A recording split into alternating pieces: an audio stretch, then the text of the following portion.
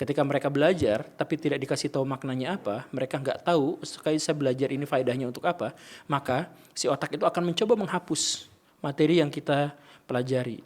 Terus sama kita diingat-ingat lagi karena harus ulangan. Terus sama otak secara otomatis dihapus lagi, diingat lagi, dihapus lagi. Itulah yang terjadi waktu kita sekolah dan betapa merusaknya itu terhadap otak. Karena otak dipaksa untuk mengingat sesuatu yang dia tidak tahu maknanya apa gitu. Ya juga ya. Iya kan? Iya. Nah kan misalkan gini, kita akan mudah sekali mengingat lagu yang relevan buat kita. Pas lagi putus ya ada lagu itu tuh tiba-tiba langsung nerapin. Ya karena relevan si otak mengidentifikasi bahwa informasi dari lagu itu adalah cocok buat kehidupan saya gitu. Itu kan gitu.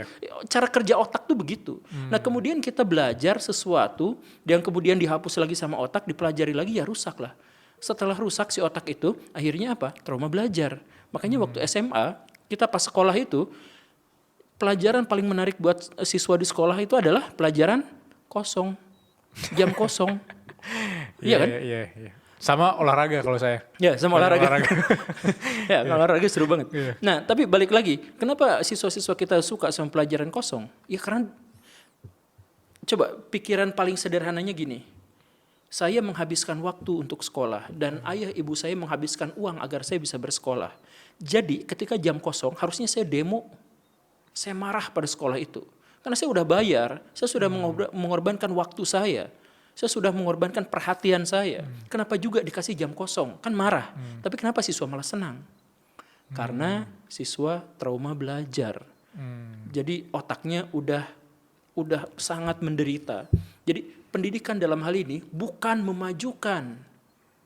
Pendidikan kita bukan untuk memajukan, tapi pendidikan itu untuk merusak otak kita. Sehingga ketika kita sudah dewasa, satu-satunya yang kita pikirkan ketika kita mau kuliah adalah jurusan apa yang paling mungkin memberi saya lapangan pekerjaan.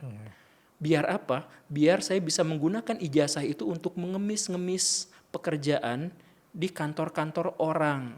Agar apa? Agar saya bekerja di mana, dengan siapa, jam berapa, jadwalnya apa, harus ditentukan sama pihak lain.